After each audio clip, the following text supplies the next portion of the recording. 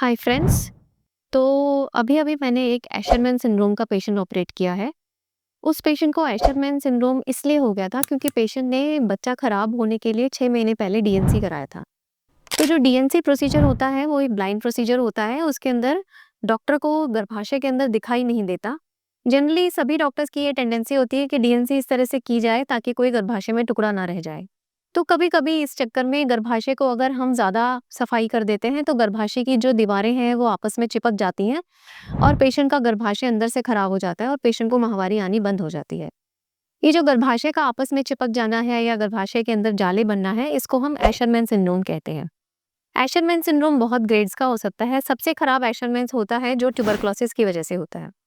Tuberculosis की वजह से गर्भाशय की झिल्ली इतनी खराब हो जाती है कि उसमें पीरियड अगर हम ऑपरेट भी कर देंगे तब भी नहीं आता, क्योंकि टीबी की वजह से, इन्फेक्शन की वजह से पूरा एंडोमेट्रियम जो गर्भाशय की झिल्ली होती है वो पूरी डैमेज हो जाती है, पूरी खराब हो जाती है।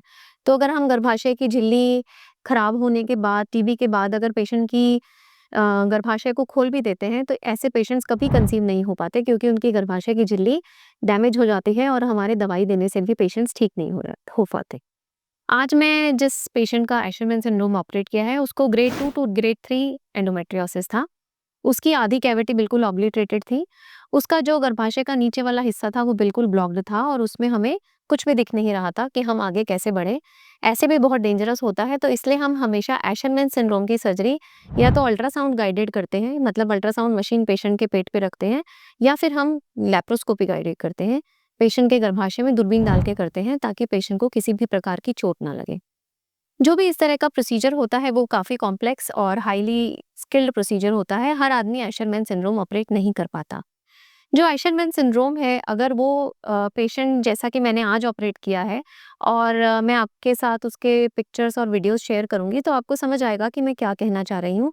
जब हमने सर्जरी की शुरू की उस टाइम पेशेंट का गर्भाशय कैसा था और जब हमने सर्जरी खत्म की तब उसका गर्भाशय कैसा था।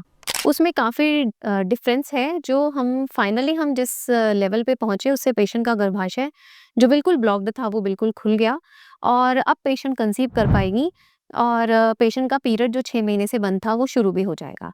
हाँ, पर लेकिन एक प्रॉब्लम हो गई है, उसके गर्भाशय के जालों की वज़ह से उसकी दोनों ट्यूब्स जो हैं वो कॉर्नुअल ब्लॉक हो गई हैं, दोनों ब्लॉक हो गई हैं।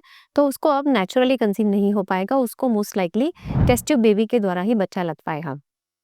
तो हम लोग लकी हैं कि हम इस एरा में हैं जब इतनी टेक्नोलॉजी अवेलेबल है, क्योंकि आज से 10-15 साल पहले जब मेरी पढ़ाई शुरू हुई थी उस टाइम पर ये टेक्नोलॉजी अवेलेबल नहीं थी और उस टाइम पे इस तरह के पेशेंट्स अगर हमारे पास आते थे तो हम उन्हें सरोगेसी सजेस्ट करते थे या अडॉप्शन सजेस्ट करते थे।